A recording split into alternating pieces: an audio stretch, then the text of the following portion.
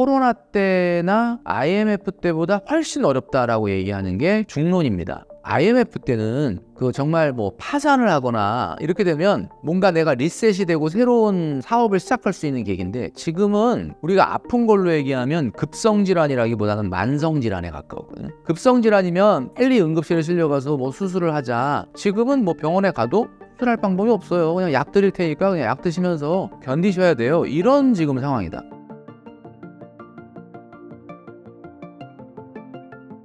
네, 신사임당 구독자 여러분 안녕하십니까. 머니트레이너 김경필입니다. 신사임당 채널은 제가 굉장히 인연이 깊은 채널이고 또 여러 번 나와서 여러분들하고 만나 뵙게 되는데, 오늘도 이제 2024년도가 이제 어느 정도 마무리가 되고 2025년도가 시작이 되는 즈음에 또 여러 가지 이야기들을 한번 나눠보도록 그렇게 하겠습니다. 최근에는 유튜브보다는 2달 넘게 방송을 좀 많이 여기저기 나오게 됐는데, 이번에 내게 된 책은 딱 1억만 모읍시다 라는 책이고요. 사실 재테크 책이라기보다는 돈 모으기의 기본, 그리고 어떻게 마인드셋을 하고 또 어떻게 모아야 될지에 대한 내용을 이야기한 겁니다. 사실 신사임당 채널뿐만 아니라 제가 여러 유튜브에 나가서 한 2년 동안 얘기했던 1억 모으기가 왜 중요한가에 대한 그런 것들을 총 집대성한 책이다, 이렇게 말씀드릴 수 있을 것 같고, 또 그동안에 이제 돈줄남을 또 많이 사랑해 주시고 했기 때문에 이번 책은 제가 인세를 100% 다 기부하기로 했거든요.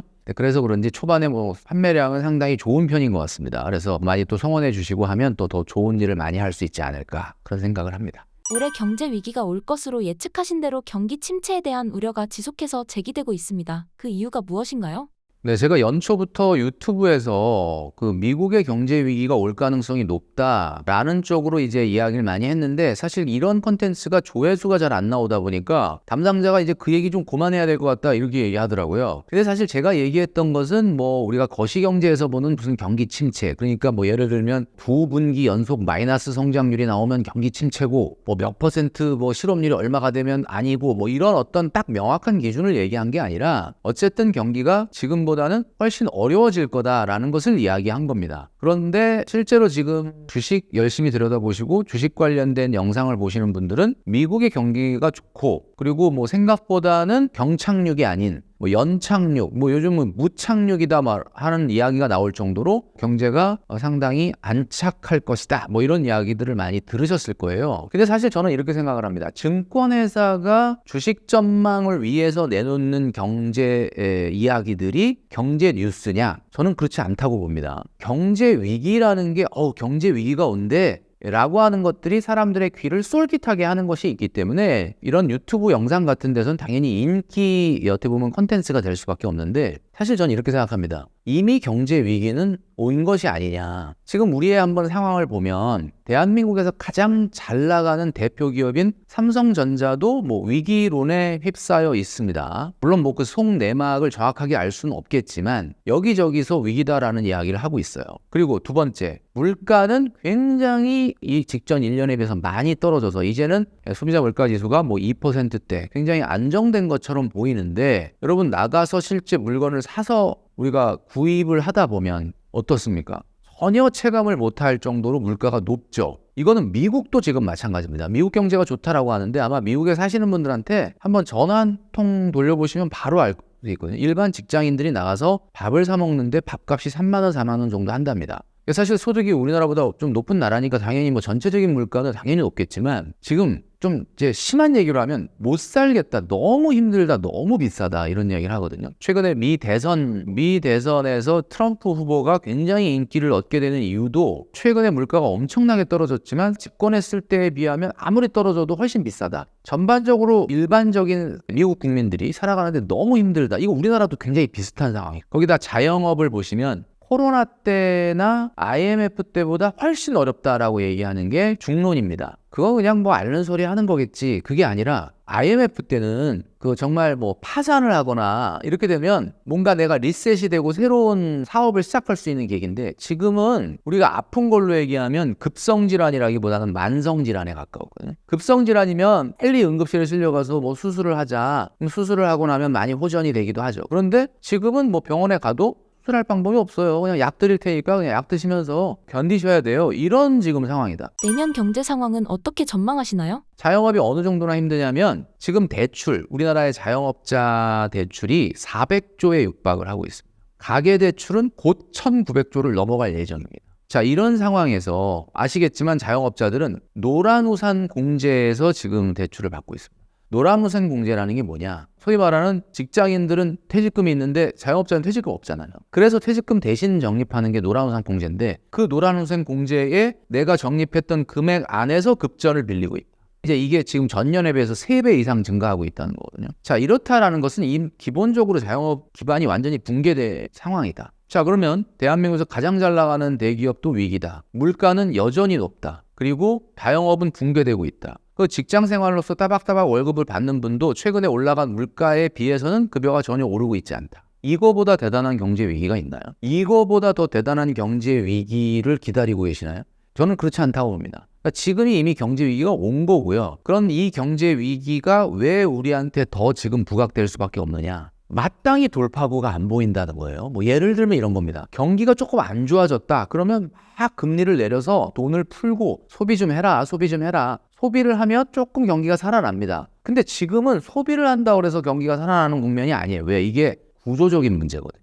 구조적인 문제라는 건 이런 거죠. 지금 우리나라가 부채가 지금 뭐 정부 부채는 양반입니다. 정부 부채는 사실 그렇게 막 어마어마할 정도로 다른 나라 OECD 국가에 비해서 높지는 않거든요. 근데 이제 지금 정부가 세수가 펑크나기 시작을 했기 때문에 보도에 따르면 여러분들 그 복리후생으로 주는 선물이나 이런 것도 소득세를 매기는 법안이 지금 준비 중이라고 하더라고요. 그러니까 한마디로 얘기해서 이제 정부는 사실은 끝없이 세금을 거둘 수 있는 회사이기 때문에 회사로 말하자면 아주 안정된 회사이기 때문에 그건 빼고 자영업, 가게, 기업 이게 다 굉장히 힘든 지금 상황이거든요. 그러니까 이 상황에서 부채가 현격하게 줄어들지 않는 한 소비가 살아나기는 어렵습니다. 한마디로 구조적인 문제라는 게 당장 부채가 어마어마하게 줄질 않으니까 여러분들이 조금 나가서 기분 내고 돈 써준다고 해서 경기가 살아날 것도 아니다라는 거죠. 이 구조적인 문제가 더 큰 위기를 불러일으킨다. 양극화되는 거예요. 좀 괜찮은 사람과 아주 어려운 사람. 괜찮은 사람은 괜찮은 사람대로 나름대로 박탈감이 있어.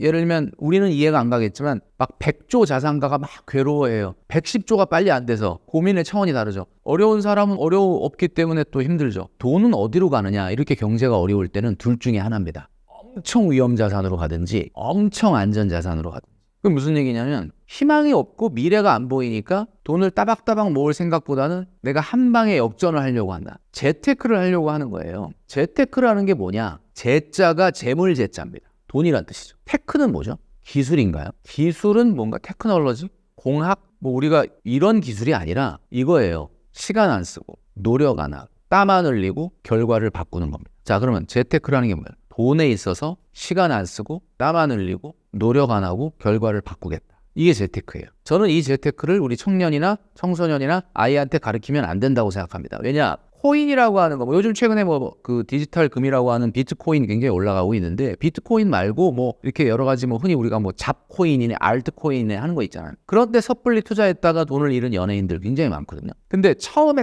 딱 시작할 때 투자를 했는데 엄청 돈을 번 거야. 그럼 그 사람은 머릿속에 본업은 다 잊어버리고 이야, 이 세상에 이런 게 있구나. 시간 안 쓰고 노력 안 하고 땀 안 흘리고 확 바뀌는 게 있구나.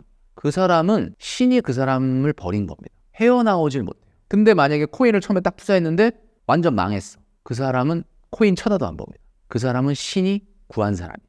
그러니까 한마디로 말해서 재테크라는 거는 이렇게 단시간 내에 뭔가를 바꾸려고 하는 기술인데 이거를 만약에 처음에 성공한 사람은 인생이 힘들어지는 거거든요. 너무 경제가 어렵고 미래가 안 보이니까 양극단에 있는 사람 중에 서민층, 조금 미래가 잘 안 보이고 미래의 희망을 잘 못 만들어가는 분들은 투자 자체가 너무 투기적 성향이 강해지는 겁니다. 그러니까 한마디로 얘기해서 이럴 때 이렇게 듣다 보면 귀에서 누군가 옆에 친구가 엔비디아로 얼마를 벌었다, 알테오젠으로 얼마를 수익이 났다, 에코프로비엠이 어떻다, 뭐 이런 얘기를 들으면 마음속에서 무슨 생각이 드냐면 나만 바보 되는 것 같고 나만 정말 뒤처지는 것 같고 그러니까 그때 뭔가 재테크라는 걸 생각을 하는 거죠. 그러니까 지금 시중에 있는 모든 돈은 엄청나게 안전자산이거나 엄청나게 위험자산으로 간다. 이 양극화되는 거예요. 자산이. 중간은 없어. 중간. 하이 리스크 하이 리턴과 로우 리스크 로우 리턴이 있고 미들 리스크, 미들 리턴이 있죠. 사실 경제가 살려면 미들 리스크, 미들 리턴에 사람들이 돈을 넣어야 돼요.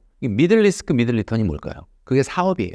비즈니스. 뭔가 내가 어떤 가게를 내보고 어떤 창업을 해보고 창업을 해서 고용이 발생하고 뭐 내가 가게 하나를 내더라도 간판을 해야 되고 인테리어를 해야 되고 기기를 사야 되고 이런 것들이 다 경제 효과, 총수요를 우리 사회 전체의 부를 늘릴 수 있는 총수요가 늘리는 일인데 이런 데는 돈이 하나도 안 갑니다. 안 가고 엄청나게 안전한 데에만 돈을 부자들이 넣고 엄청나게 안전한 데 돈을 넣는다는 게 뭐예요? 안전하다는 게 뭡니까 여러분? 안전하다는 게 수익률이 떨어진다는 거예요. 수익률이 떨어진다는 게 무슨 얘기예요? 막 수익률이 1, 2%도 안 근데 1, 2%도 안 되는 걸 사요. 뭐 예를 들면 이런 거죠. 원베일리, 레미안 원베일리, 반포에 있는 아파트. 한강 보이는 라인은 51억이랍니다. 34평이에요.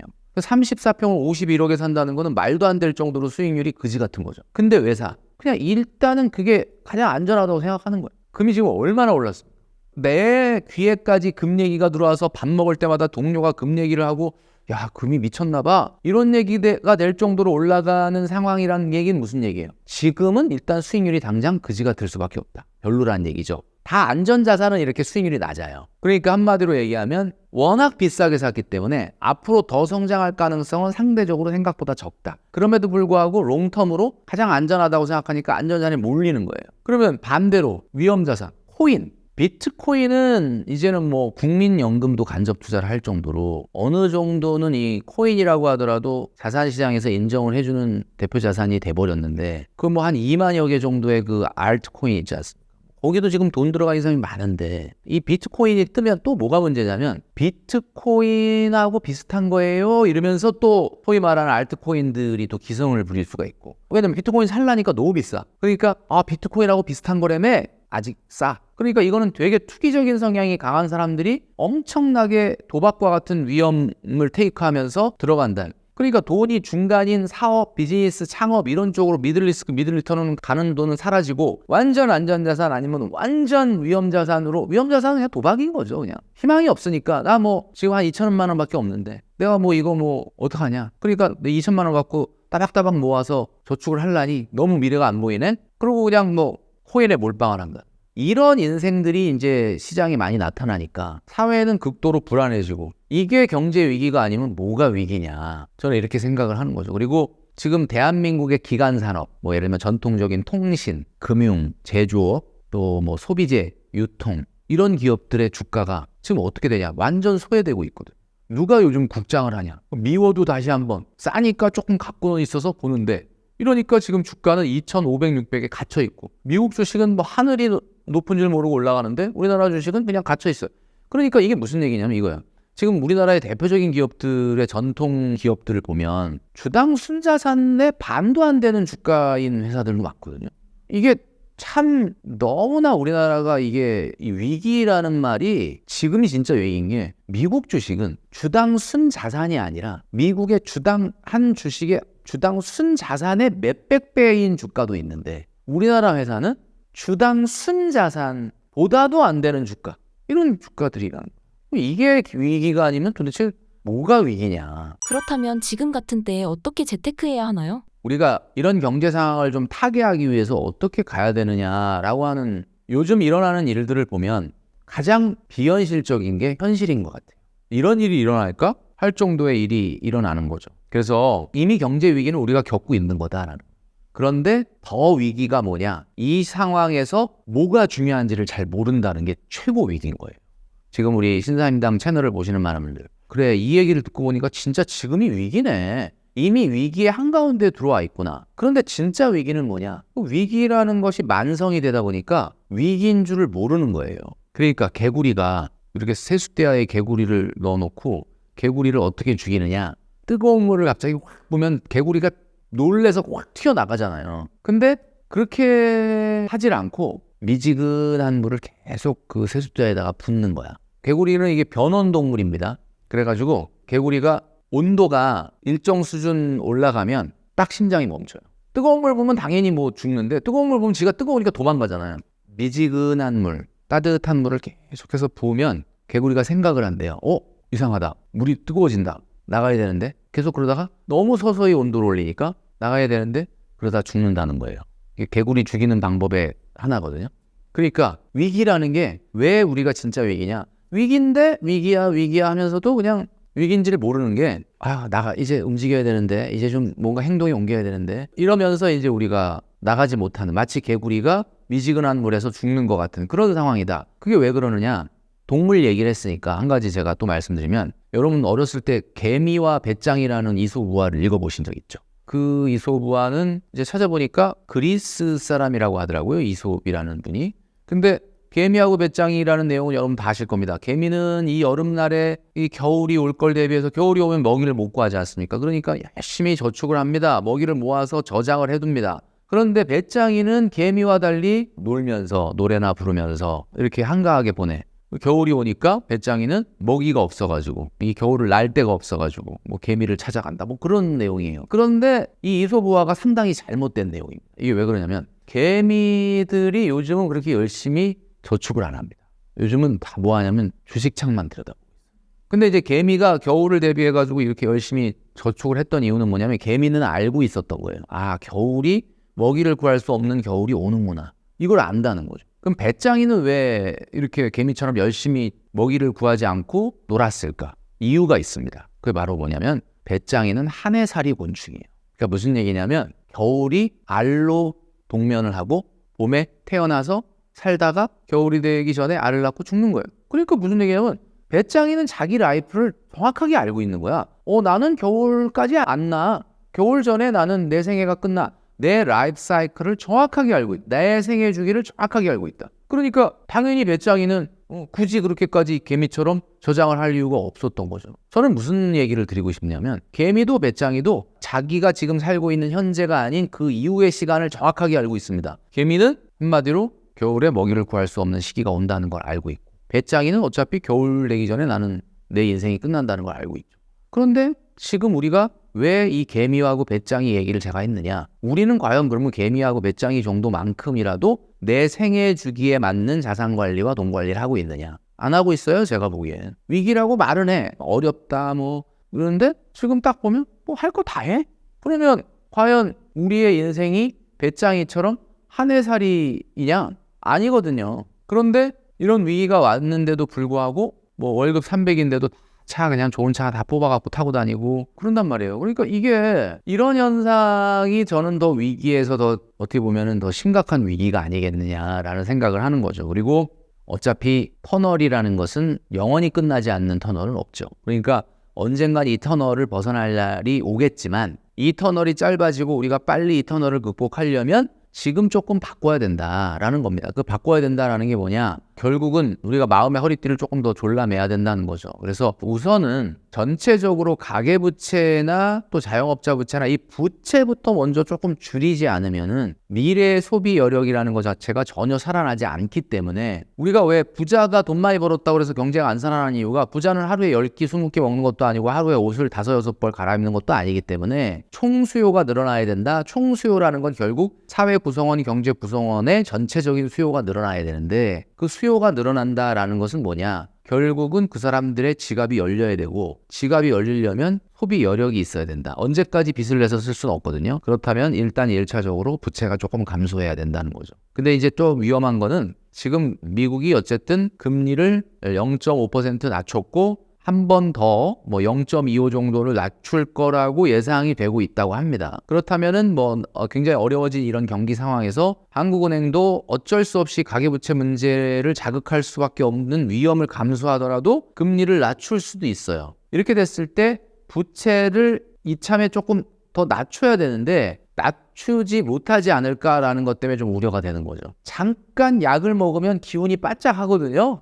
위기인 줄 알았는데 몸이 괜찮은 것 같은데 내가 체력을 키우지 않고 그냥 약을 먹었더니 금리 인하 한 2번 해주면 지금 우리가 뭐 0.25는 사실 뭐 이렇게 어마어마하게 경제에 영향을 줄 정도의 금리가 아닌데 한 번 더 만약에 0.25를 한국은행이 낮추거나 한 번 더 낮추게 되면 조금 약 기운에 괜찮은 것 같은데 이러면서 또 마치 나은 것 같은 느낌이 들 수도 있다. 근데 이게 아니거든요. 구조적으로 지금 전체적인 부채의 볼륨을 아마 우리 영상을 보시는 분들도 이자 내기 조금 괜찮아졌어가 아니라 조금 낮춰주시는 노력이 필요하다. 제가 늘 말씀드리지만 부채를 줄이는 것도 저축이에요. 그러니까 원금 상환하는 것도 이제 그런 것들이 좀 필요하지 않을까라는 생각을 합니다. 올해 집값 2차 조정이 올 것으로 예측하셨는데 실제로 최근 들어 부동산 시장이 주춤해진 이유가 무엇인가요? 사실 집값은 이제 아파트 가격이 뭐 전반적으로 봤을 때 영향을 받는 변수는 단기적 변수냐 장기적 변수냐 이거에 따라 다르요. 단기적 변수는 집을 막 살려고 하는 사람들이 생각하는 거예요. 왜냐하면 지금 내가 집을 보러 다니고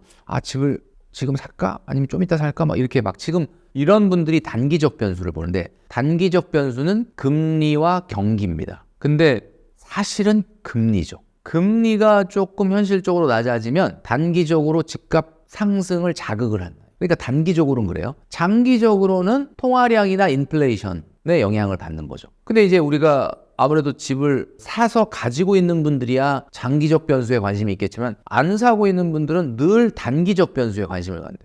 올해 이제서부터 내년까지 통화 정책이 긴축으로 가지는 않을 것 같단 말이죠. 미국도 어렵고 우리나라도 어렵기 때문에 특히 우리나라가 조금 더 어려운데 경기가 어려운 상황을 국면을 극복하기 위해서 사실은 부담스럽지만 금리를 좀 낮출 가능성이 있다. 그러면 이것이 집값을 당연히 자극할 수가 있죠. 그런데 금리 인하라는 게 사실 어느 정도 예견돼 있었던 거고 이 예견돼 있었던 기대감이 올해 초에 서울 아파트 가격에 반영이 되면서 이미 올랐습니다. 그러니까 예전에는 주식은 선반영, 부동산은 후반영. 그래서 뭐 경기에 선행한다, 후행한다 이런 얘기가 있었는데 최근에는 모든 것들이 다 선행을 해요. 그래서 주식은 진짜 빨리 선행을 하죠. 부동산 같은 경우도 과거에는 경기가 다 좋아진 다음에 올랐는데 이제는 좋아지기 전에 어려운데도 금리 낮춘다 그러면 먼저 반영을 해서 올 초에 올랐던 겁니다. 그러니까 올랐던 부분이 있기 때문에 금리 인하 효과는 적을 거라고 봐요. 뭐 떨어지진 않겠지만 올해 상반기에 서울 아파트가 꽤나 올랐기 때문에 이 꽤나 오른 가격에서 더 꽤나 오르기는 어려울 거다. 그래서 금리 인하 효과는 미미할 가능성이 높습니다. 그렇다고 우리가 금리를 지금 당장 1%, 2% 떨어뜨리는 거는 아니기 때문에 그런 상황이라고 보고요. 그렇다면 뭐 강보합, 약보합 이런 어떤 그런 흐름이 계속될 거라고 보는데 제가 봤을 때는 서울 같은 경우는 여러분들이 뭐 관심이 많이 있으시겠지만 그 주택 구입 부담 지수라는 걸 볼 필요가 있어요. 주택 구입 부담 지수는 2022년 3분기가 최고였는데 214였습니다. 214라는 게 무슨 뜻이냐면 서울에 사는 중간소득자가 중위소득자가 중간집을 살 때 자기 소득의 원금과 이자를 얼마나 내야 살 수 있느냐 25%를 내야 살 수 있다가 지수 100이에요.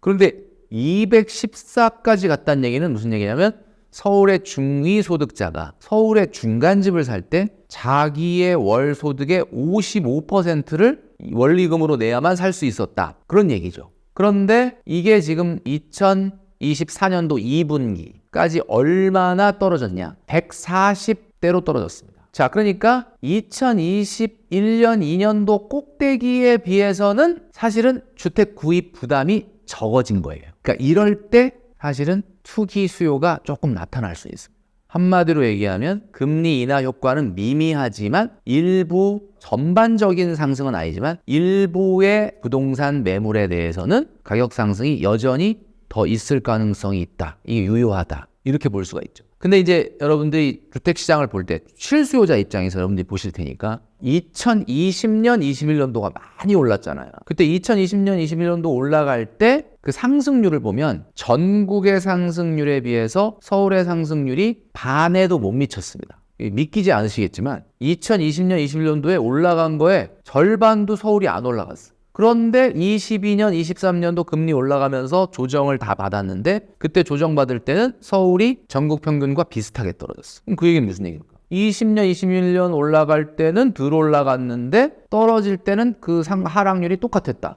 그럼 그 얘기는 서울만 약간 저평가가 돼 있었기 때문에 올해 초부터 서울만 올랐던 거죠. 근데 이제는 그것도 멈춰 있는 상태고 그러니까 이 상태에서는 서울 같은 경우도 더 대세 상승으로 가기는 당분간 좀 어렵고 강보합의 시장이 좀 계속될 가능성이 좀 있다라고 보고요. 140이라고 하는 주택 구입 부담 지수가 제가 보기에는 여전히 부담스러운 수준입니다. 그게 무슨 얘기냐면 내가 내 소득의 거의 보면 30% 이상, 35% 가까이를 주택 구입 부담 지수, 그러니까 원금과 이자로 납입을 해야만 집을 살 수 있는 수준이기 때문에 제가 봤을 때는 아주 하이엔드의 상위 매물 빼고는 하이엔드 상위 매물 같은 경우 뭐 아까 얘기했던 것처럼 뭐 원베일리, 레미안 원베일리 반포에 있는 뭐 그런 아파트가 뭐 45억, 50억 간다고 하잖아요. 그건 약간 시장 자체가 달라요. 일반적인 사람들이 아니에요. 그런데 시장 자체가 다르기 때문에 그런 어떤 특수한 매물들 빼고는 사실은 상승 여력은 좀 없을 거다라고 보고 있고요. 그래서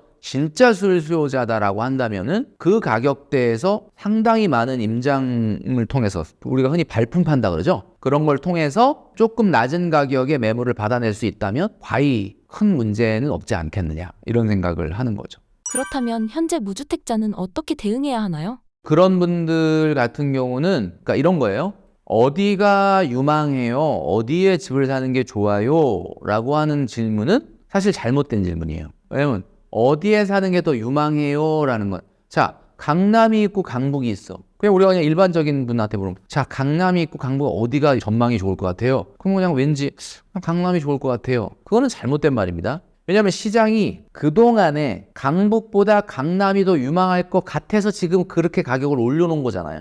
그러니까 한마디로 얘기하면 강남에 사야 돼, 강북에 사야 돼. 동서남북으로 보면 서울 기준으로 동서남북으로 보면 동남이 서북보다 비싸거든요. 그럼 동남이 유망하다라는 거잖아. 그럼 유망하다는 건 이미 가격이 유망하니까 비싸진 거잖아요. 아, 서북은 동남보다는 가격이 싸. 동남이 더 유망한가 봐. 그런 뜻이 아니고 지금까지 시장이 동남이 조금 더 서북보다 유망하다 생각해서 가격을 밀어 올려놓은 거예요. 그러니까 무조건 서북이 유망하지 않다는 게 아니라 서북이라도 가격을 낮게 살 수 있다면 찬스가 되는 거고 동남이라도 제값을 다 주고 사면 비싸게 사는 것이 될 수 있다. 이게 여기서 중요한 것이 그거죠. 우리가 신사임당 채널을 보시는 많은 분들이 주식 투자를 하시는 분들 같은 경우는 내가 주식 투자를 할 때 종목을 어떻게 선택을 하는지를 잘 생각을 어떻게 선택합니까? 아마 본인이 막 연구하고 재무상태표 쳐다보는 분도 있겠지만 대부분은 여러 정보들을 듣죠. 내 정보 중에 뭐가 유망하다고 와요. 엔비디아가 유망하다, 뭐 알테오젠이 유망하다, 뭐 이런 얘기를 듣겠죠. 그럼 그 얘기는 무슨 얘기냐면 유망하다라는 얘기가 그 주식이 그 종목이 그동안 계속 상승을 했다는 뜻이에요. 성장을 했다는 뜻. 성장을 하고 그렇게 유명해지니까 내기까지 들어오게 된 거죠. 그런데 부자는 성장에 별로 관심이 없어요. 그러니까 일반인들은 야 뭐가 핫해, 뭐가 잘 나가, 뭐 이런 거예요. 당연히 뭐 엔비디아가 AI 반도체 시장에서 뭐 정말 이제 갑이 됐죠. 유망하지 당연히. 근데 문제는 부자는 그게 중요한 게 아니라 엔비디아를 산다는 게 중요한 게 아니라 엔비디아를 얼마에 샀느냐를 더 중요하게 생각해요.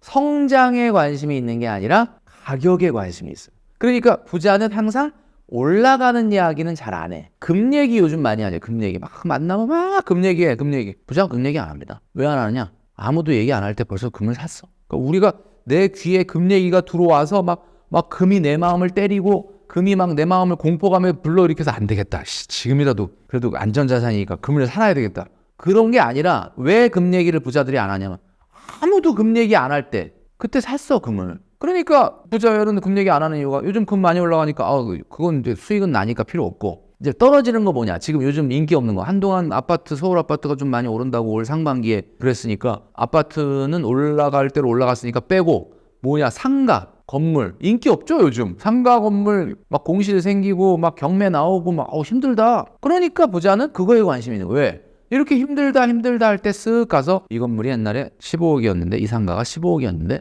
한 10억이 어떻게 좀 후려쳐가지고 사자. 그렇게 받아내는 거예요. 중요한 거는 무엇을 사느냐. 아파트 같으면 어디를 사느냐. 주식 같으면 어떤 종목을 사느냐. 그게 중요한 게 아니고 어떤 가격에 사느냐. 언제 사느냐가 중요합니다. 언제 사느냐가 어떤 가격에 사느냐죠. 그러니까 시장에 위기가 오고 충격이 왔을 때는 그때 내가 들어가야 되는데 대부분의 사람들은 그때 못 들어가는 이유가 뭐예요? 자본력이 있는 부자는 요구 수익률이 낮아. 요구 수익률이라는 거는 내가 시장에 요구하는 수익률이에요. 요구 수익률이 높지 않아요. 그런데 내가 이 돈을 전세자금 올려줄 돈이라든지 뭐 등록금을 내야 될 돈이라든지 그 다음에 내가 빚을 냈다든지 이런 돈이 지금 코인 시장, 주식 시장에 들어와 있으면 이 사람이 이게 마음이 급해. 요구 수익률이 높아. 그럼 이런 요구 수익률이 높은 사람은 시장이 충격이 오면은 더 사야 되겠구나라고 생각을 못하고 뜨거 그러고 도망간단 말이에요. 중요한 거는 제가 늘 1억 모으기를 하고 있어야 된다라고 하는 이유는 자본이라고 하는 실탄이 어느 정도 잘 준비되는 사람이어야 시장에서 어떤 자산을 보더라도 요구 수익률이 낮은 상태로 객관적으로 볼 수 있고, 그런 사람이 올라가는 자산보다 내려가는 자산에 관심을 가질 수 있는 시각을 가질 수 있는 거, 그게 부자의 마인드입니다. 집값 같은 경우는 뭐 실수요자 뭐 지금 사는 거야 뭐 나쁘지 않다라고 말했지만, 진짜 집을 투자로 생각하는 분들이 있다면 그거는 좀 얘기가 달라지는 거죠. 사실은 집값이라는 건 여전히 좀 비싼, 사실 지금 안 비싼 건 없어요. 재화나 서비스가 이렇게 비싼데 자산 가격이 쌀 리가 없죠. 다 오버슈팅인데, 오버슈팅이 돼 있는데도 불구하고 내가 봐도 너무 펀더멘탈에 비해서 너무 비싼데, 그럼에도 불구하고 사람들의 생각은, 현대인들은 다 투기적인 성향에 물들어 있고 그냥 뭐 아니면 도인 사람들이 있고, 그 자금이 몰리니까 더 갈 거다, 더 오버슈팅이 될 거다 라는 차원에서 좀 투기적 자금이 몰려와 들어있는 것. 정상적인 시장은 아니다. 제가 봤을 때는 펀더멘탈을 공부하는 거는 안 하시는 게 좋겠다. 주식 뭐 옛날에 뭐 주당 순이익이 얼마고 뭐 주가 수익 비율도 이런 거 요즘 공부하면 오히려 주식 투자가 더 안 됩니다. 그래서 중요한 거는 이 시장이 이렇게 양극화되고 있고 투기적인 성향이 강해지는 이런 상황 속에서는 사실 완벽한 확신이 들기 전까지는 섣불리 지금 이렇게 높아진 자산 가격에 아파트든 부동산이든 과도하게 들어가는 것은 조금 지양해야 되는 게 아닌가라는 생각을 하고 있는 거죠. 앞으로 어떤 집을 사야 하나요? 뭐 여전히 30평형대가 국민 평형은 맞습니다. 25평도 그렇고.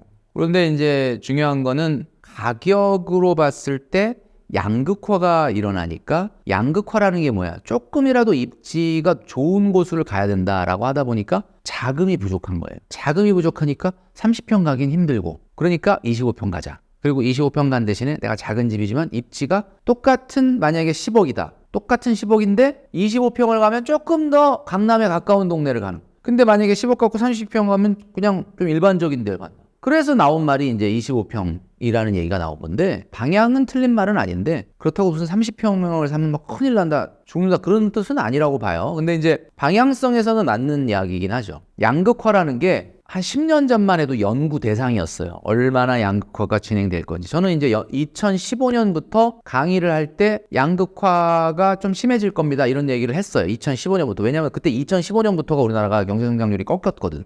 그러니까 그전에는 이명박 정부 이전만 해도 일단 경제가 어렵다 해도 그래도 5, 6%, 6, 7%가 왔다 갔다 했거든, 경제 성장률이. 근데 2015년부터 꺾인 거예요, 경제 성장률이. 그럼 경제 성장률이 꺾인다는 건 무슨 얘기예요? 어디다 돈을 넣어도 뭐 수익이 안 나는 거야. 경제 성장률이 2, 3%라는 얘기는 금리도 2, 3% 이상을 주기는 어렵다, 그런 얘기죠. 그렇게 되면 돈이 어디로 갑니까? 다 안전자산으로 가요. 아니면 완전 투기자산으로 가든지. 그러면 이렇게 되면 양극화가 벌어지는 거지. 그러니까 100억, 200억짜리 하는 집은 그냥 물건이 없어서 못 구해. 그런데 이제 서울에 제일 어떻게 보면 낮은 지역의 아파트 같은 경우는 뭐 5억, 6억짜리 30평도 있거든요. 서울인데? 원베일리가 50억 가는 시대에 5, 6억짜리 30평 아파트가 있다면 10배 나는 거 아닙니까, 차이가? 이런 식으로 가는 거예요. 일기 신도시, 일산, 분당, 평촌만 하더라도 분당에 비해서 일산 아파트 가격이 지금 거의 반 수준밖에 안 됩니다. 이런 현상들이 왜 발생을 하느냐? 그러니까 이런 현상이 가속화될 거라는 거예요. 이게 변수가 아니라 상수가 됐어요. 이걸 시장이 잘 알고 이제는 사람들이 깨달은 거야. 그러니까 어떻게든 입지를 끌어올려야 된다. 그러니까 자꾸 집이 작아져.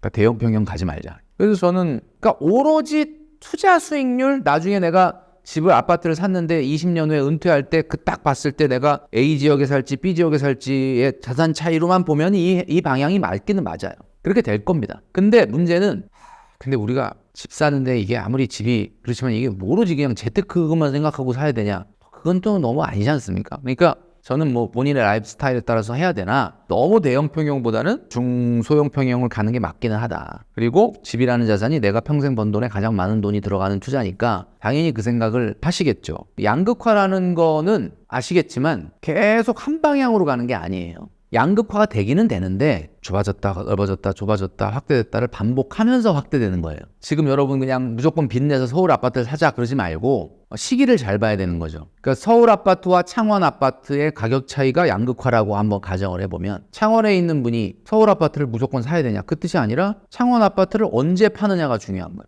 그러면 양극화는 제가 한번 신사임당 채널에 나와서 얘기한 적이 있었는데 여러분 기억하실지 모르겠지만, 양극화는 경기가 안 좋을 때 확대돼요. 그럼 경기가 다시 회복될 땐 조금 좁아집니다. 이게 계속 반복이거든요. 그러다가 점점 확대되는 거예요. 그러면 언제 창원 집을 팔아야 돼? 내가 만약에 서울로 이사 가고 싶어. 그럼 창원을 팔고 서울 집을 산다. 그럼 하위 입지에서 상위 입지로 점프업을 할 때 중요한 게 뭐냐? 이 하위 입지와 상위 입지의 갭이 줄어들 때가 언제야? 경기가 상승할 때예요. 여러분 언제예요? 2021년도. 2021년도가 우리나라가 경제 성장률이 그나마 근래에 가장 높았던 4.3%였고 그때는 뭐 국가가 막 돈 주면서 나가서 돈 쓰라 그랬고 그다음에 막 기업들도 투자 채용 막 늘어났고 마스크 벗으면 소비가 폭발할 거다 그래갖고 막 투자가 활성화되던 경기가 좋았던 시절 금리가 0.5%였고 그러던 시절이에요. 그때는 여러분 아시겠지만 서울 아파트가 오른 게 아니라 서울 외의 기타 아파트들이 올랐죠. 그러니까 방향은 상위 입지에 투자하는 게 맞는데 중간에 우리가 갈 때는 뭐 한 번, 두 번, 두 번 정도 이렇게 징검다리를 디딤돌을 디뎌서 갈 때 지금이 경기가 상승기인지 하락기인지를 보고 판단을 하셔야 되는 거죠. 그래서 창원 아파트 언제 팔아야 되냐? 경기가 상승할 때 팔아야 되는 거죠. 그럼 서울 아파트 팔고 창원으로 갈 사람은 서울 아파트 언제 팔아야 되냐? 경기가 하락할 때 서울 아파트는 팔면 안 되죠. 그럼 결론은 그렇게 된 거죠. 그러니까 어쨌든 이 양극화라는 것 자체가 멈추기가 어려운 기차가 돼버리는 지금 상황이다. 이렇게 봐야 되는 거죠.